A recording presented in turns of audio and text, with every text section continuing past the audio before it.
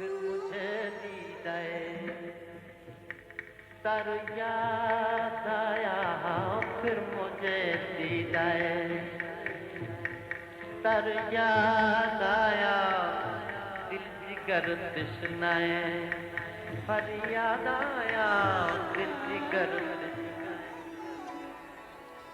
اب چھلکتے ہوئے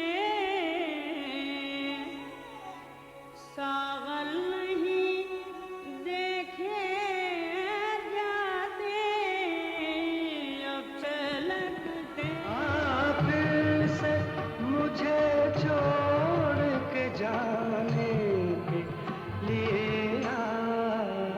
رنجشی سے دل دکھانے کے لیے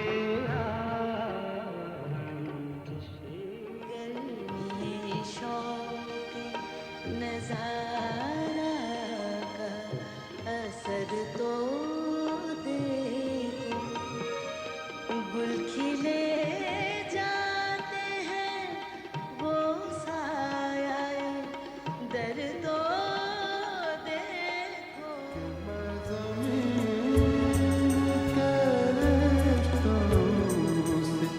کٹ گیا یارو،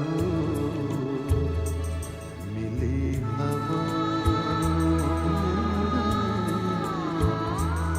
وہ سزا یارو۔ ابھی تکمیل کو پہنچا نہیں ذہنوں کا گداز، ابھی دنیا کو ضرورت ہے غزل خانوں کی۔ غزل اس نے چھیڑی مجھے ساز دینا، ذرا عمر رفتہ کو آواز دینا۔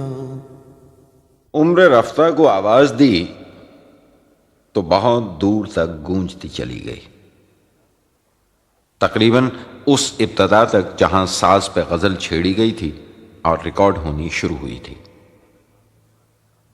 غزل لکھنے کے بعد کتاب میں محفوظ ہو چکی تھی، لیکن ساز پر گائے جانے کے بعد پہلی بار ریکارڈ پر اور پھر ٹیپ پر محفوظ ہوئی۔ خیال محفوظ تھا لیکن آواز پہلی بار محفوظ ہونی شروع ہوئی تھی۔ ایک اور سفر شروع ہوا غزل کا یہاں سے۔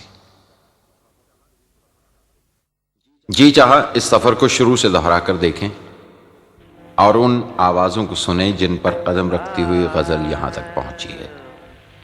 پھر مجھے دیدائے، پھر مجھے دیدائے تر یاد آیا، پھر مجھے دیدائے تر یاد آیا، دل جگر تشنائے فریاد آیا۔ غزل کے اس سفر کی ابتدا اس سے اچھی اور کیا ہو سکتی تھی کہ کلام غالب کا ہو اور آواز کے ایل سہگل کی۔ لائی حیات تو آئے قضا، لے چلی چلے لائی حیات آئے قضا، لے چلی چلے اپنی خوشی نہ آئے نا، اپنی خوشی نہ آئے نا، اپنی خوشی چلے۔ غزل اپنے آپ میں مکمل تھی، لیکن جب کے ایل سہگل صاحب کی آواز میں گونجی تو لگا کہ ہاں غزل پر سوز کا یہ زیور بھی ضروری تھا۔ دنیا میں ہوں دنیا کا طلبکار نہیں ہوں،